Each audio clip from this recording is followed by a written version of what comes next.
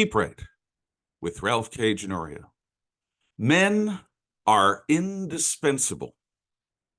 Quote, Then outspake brave Horatius, the captain of the gate. To every man upon this earth death comes, soon or late. And how can man die better than facing fearful odds for the ashes of his fathers and the temples of his gods? This is from the poem Horatius from the Lays of Ancient Rome by Thomas Babington Macaulay. Disclaimer. Because our language and sensibilities have been under protracted assault, my straightforward use of words might seem shocking. Speaking plainly expresses precise ideas recognizably. It does not deny exceptions or alternatives. Now we can finally begin.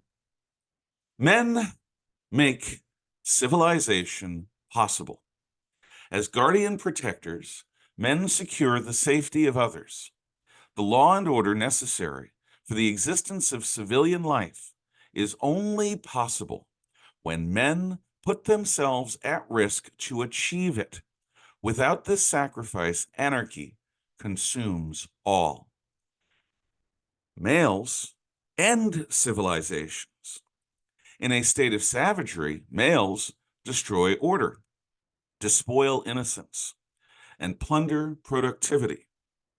The greatest danger to civilian men, women, and children, and anything they can build together, is the thug who predates upon them all. Not all males are men. Becoming and remaining a man is a product of choice, not birth. Men are creatures of duty, always serving something greater than themselves.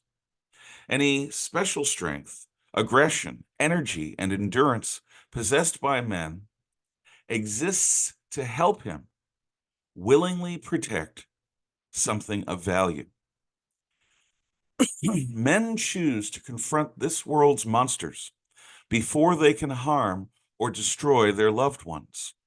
It is in his decision to endure hardship and risk his personal all that a man affirms his reason for existence. He must always make this decision alone. A man's supreme characteristic is courage.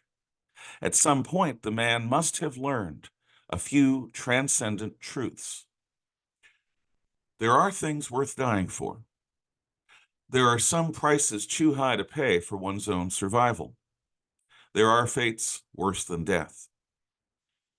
Men are relatively expendable. Male bodies are built for combat in the way that female bodies are built to give birth. There's nothing wrong with this. We human beings are not ends unto ourselves.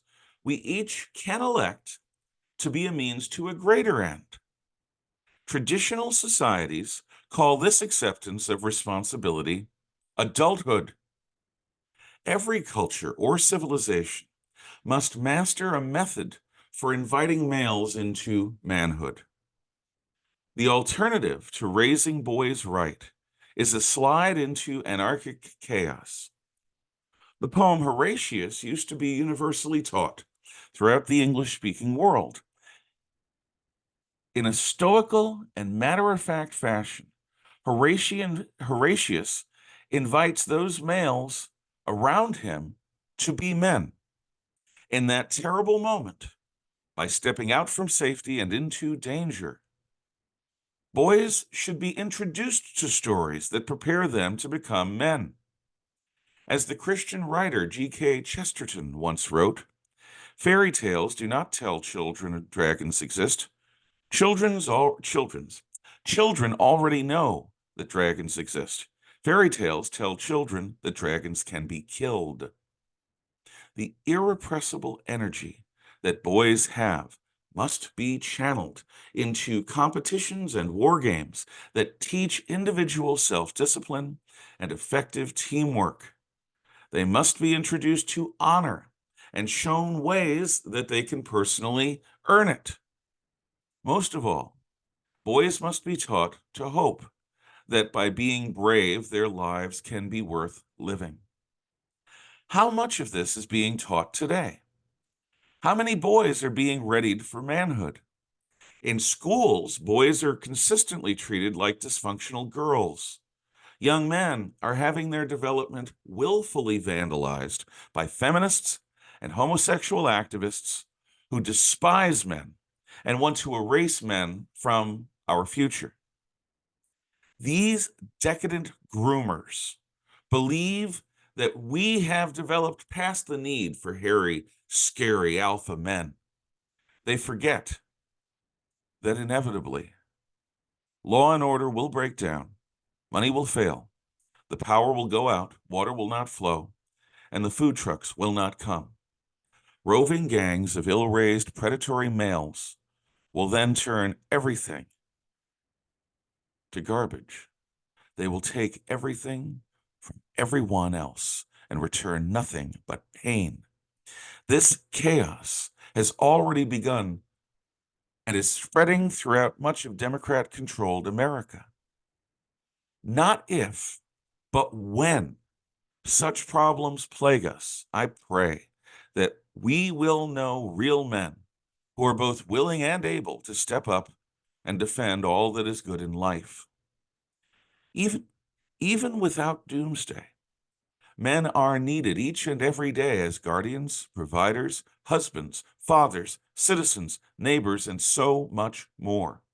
For all of our sakes, this war on men must stop.